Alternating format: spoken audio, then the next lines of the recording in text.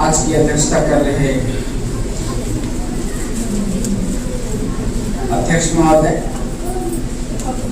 कादिर साहब, रेजा साहब, हमारे डॉक्टर मुशफिक आलम सर और अजीजिया फाउंडेशन के बहुत ही अजीज और इस प्रोग्राम के कन्वीनर भी हैं डॉक्टर शाहबुद्दीन साहब। आपको इस तरह के कार्यक्रम की भी एक बार बधाई देता हूँ। आपने भागलपुर, पटना, छपरा और भारत के बड़े जगहों से भी लोगों को आपने बुलाया है और सुदूरवर्ती क्षेत्र में भी राइट टू एजुकेशन एक्ट के बारे में लोगों को जानकारी हो, यह आपने पहल की। आप इसके लिए धन्यवाद के पात्र हैं। बहुत बहुत आभार आपका। आज के इस कार्यक्रम में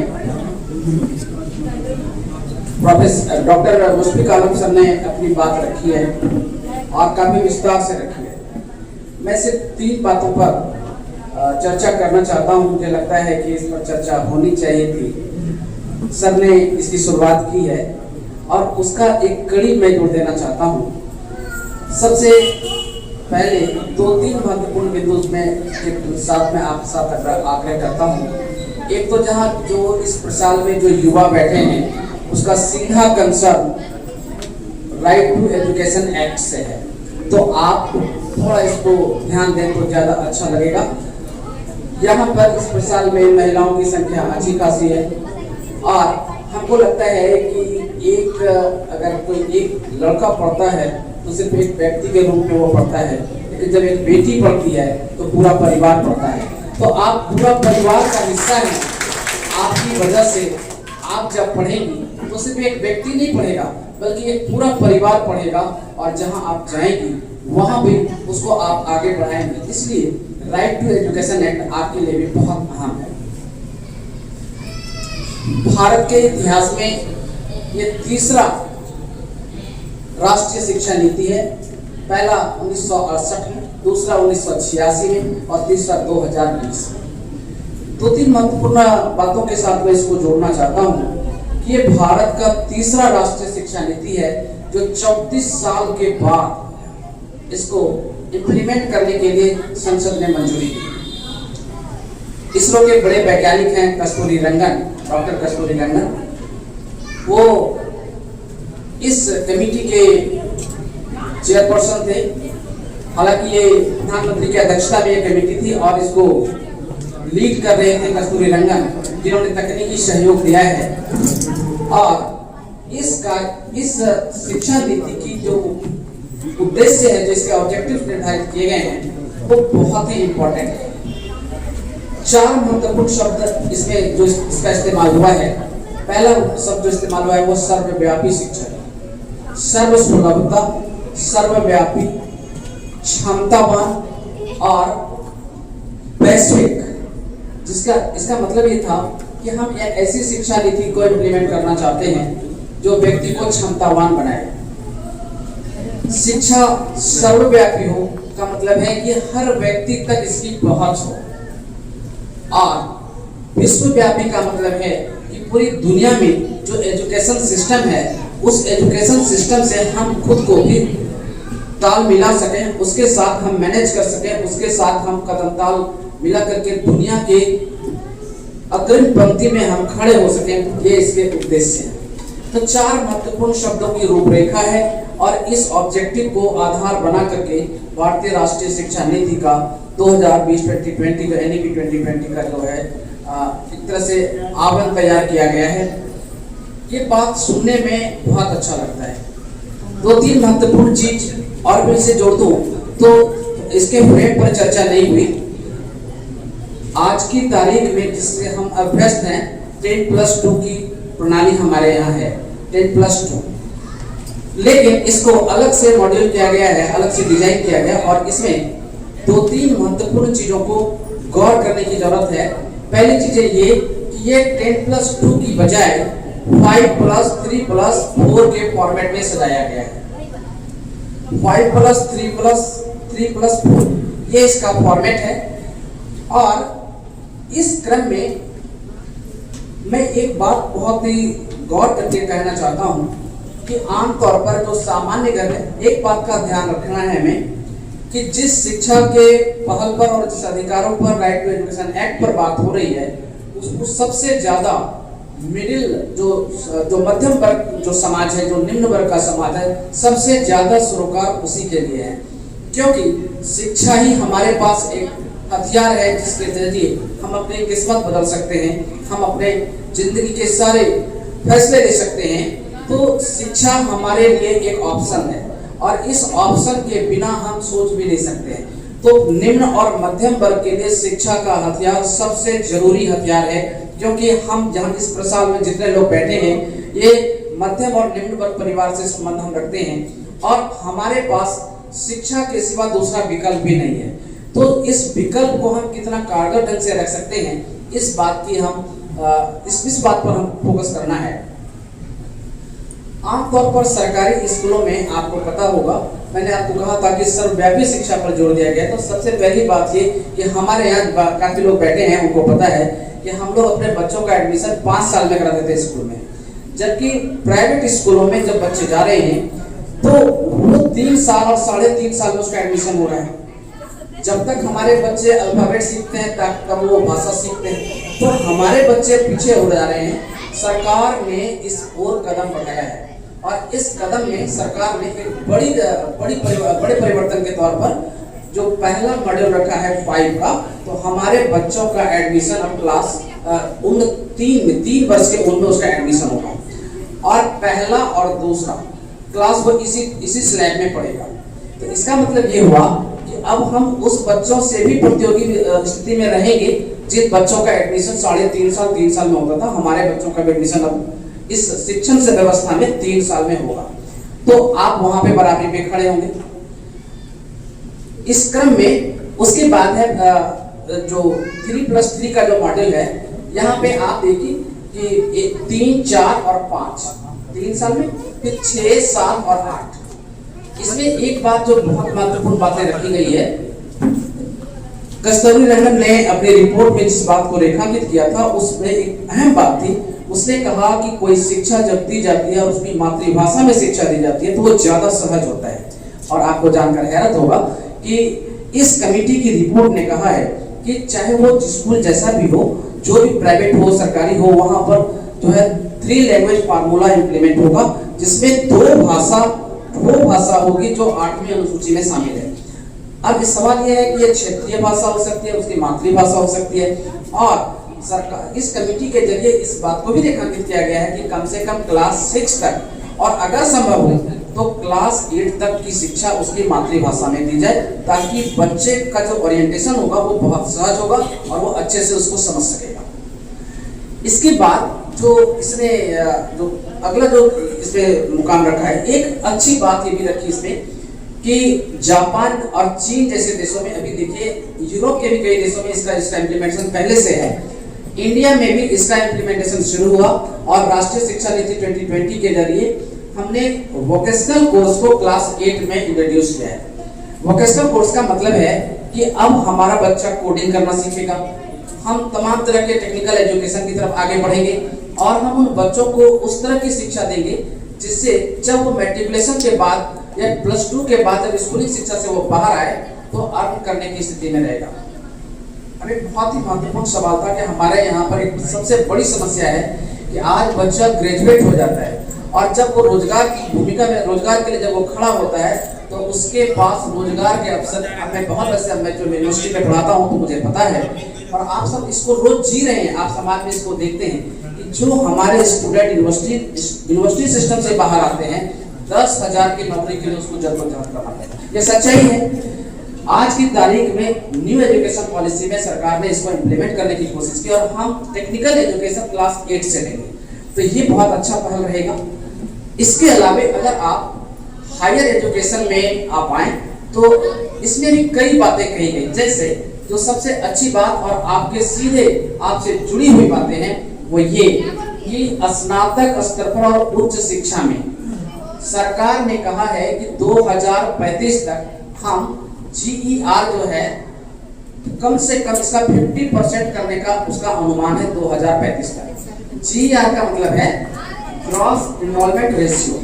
अब इसका मतलब ये हुआ कि इसका सीधा सवाल अगर हम आपसे अगर आम भाषा में कहें तो इसका मतलब ये है कि आज उच्च शिक्षा में बहुत कम खुशनसीब लोग हैं जो कि कॉलेज का चेहरा देखते हैं।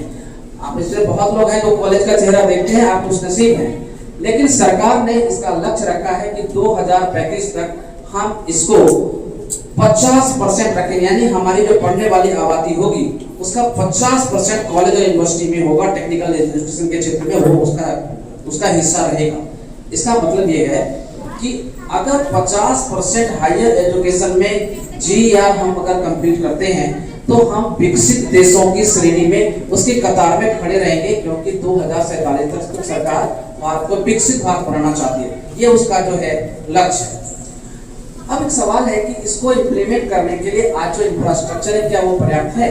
तो सरकार ने इसके लिए बहुत अच्छा रोल मॉडल रखी है आपके सामने कि हम 3.5 करोड़, आप सोचिए 3.5 करोड़ पूरे भारत में हायर एजुकेशन चाहे टेक्निकल एजुकेशन सहित हायर एजुकेशन में 3.5 करोड़ सीटों को जोड़ने की तैयारी कर रही है सरकार। 3.5 करोड़ सीट बढ़ाई जाएगी, वो हायर एजुकेशन में होगा।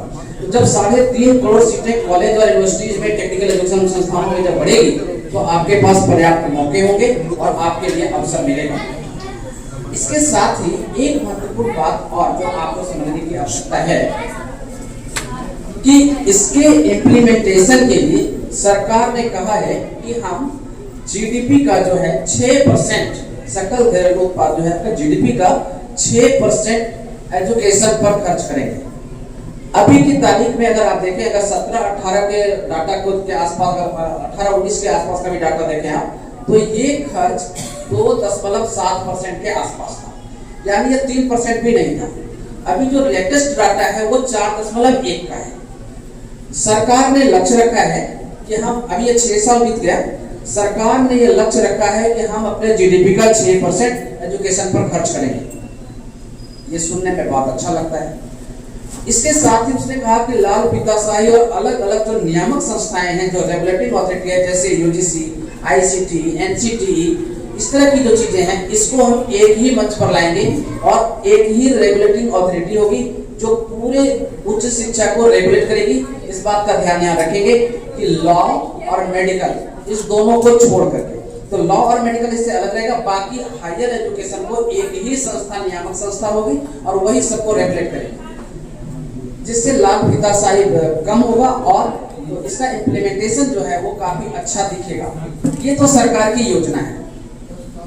सरकार ने एक बात का यहाँ और भी जिक्र किया है कि हम भारतीय ज्ञान परंपरा को प्रमोट करेंगे और भारतीय ज्ञान परंपरा को कैसे भारत के लोगों के सामने पुरानी जो पद्धति रही है, पुराने जो ज्ञान है, जो भारत का संस्कार, उसको हम फिर से पुनर्जीवित करेंगे और उसको आगे बढ़ाएंगे।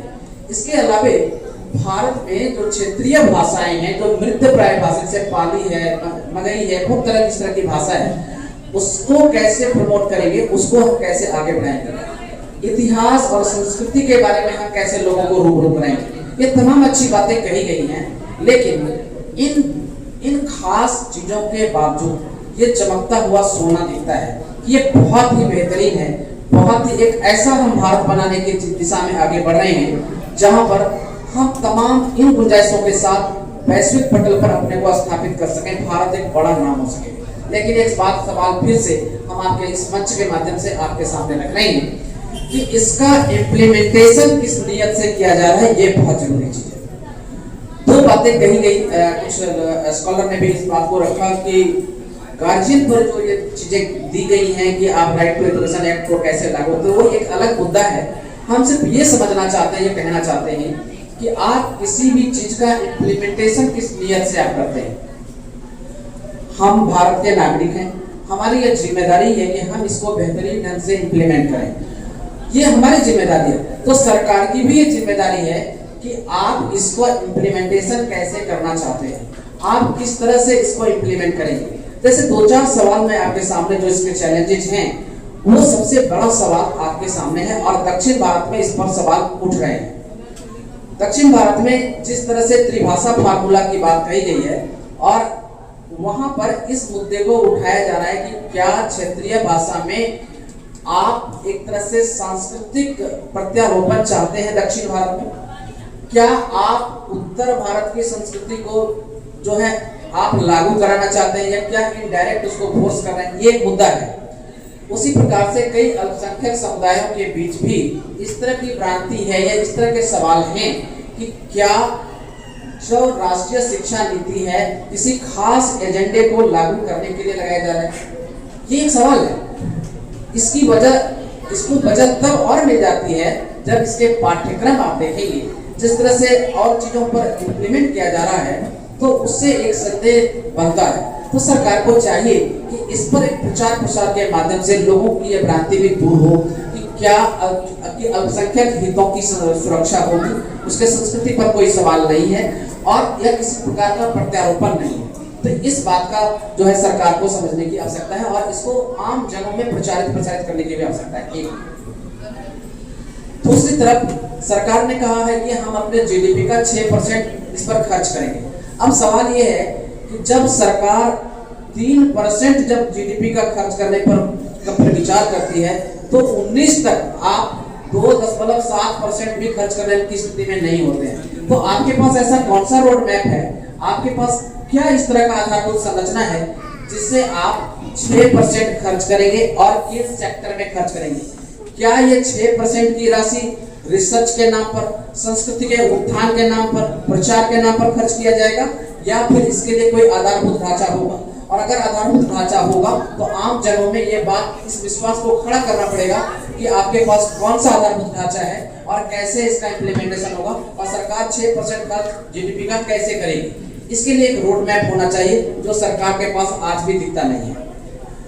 इसके बाद सरकार ने कहा है कि 3.5 करोड़ नई सीटों को हम जोड़ेंगे और 35 तक जीईआर जो है 50% करेंगे। अब सवाल ये है कि जीईआर जब 50% करेंगे तो क्या आप एडमिशन का रेट बढ़ाएंगे या फिर क्वालिटी एजुकेशन की भी बात होगी? अगर क्वालिटी एजुकेशन की बात होगी तो उसके लिए इंफ्रास्ट्रक्चर आपके पास क्या है?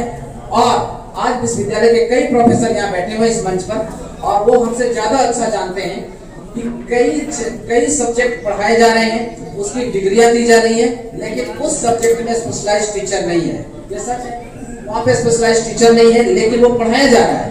अब सवाल ये है कि आप स्वच्छ भारत पढ़ा रहे हैं, आप गांधी एजुकेशन पढ़ा रहे हैं, तमाम तरह की चीजें पढ़ा रहे हैं आप, लेकिन आप उसका इम्प्लीमेंटेशन कैसे करते हैं, ये एक सवाल है। तो सवालों के इस घेरे में आपका 2020 जो NEP 2020 है, इसका उद्देश्य बड़ा है, हमको इस पर संदेह भी नहीं है, लेकिन इसके इम्प्लीमेंटेशन पर जो सवाल लाजिमी है उसके जवाब सरकार को ढूंढने पड़ेंगे और आम जनों तक इस बात को पहुंचाना पड़ेगा कि उसके पास इसके लिए आधारभूत संरचना क्या है और उसको कैसे इम्प्लीमेंट करती है।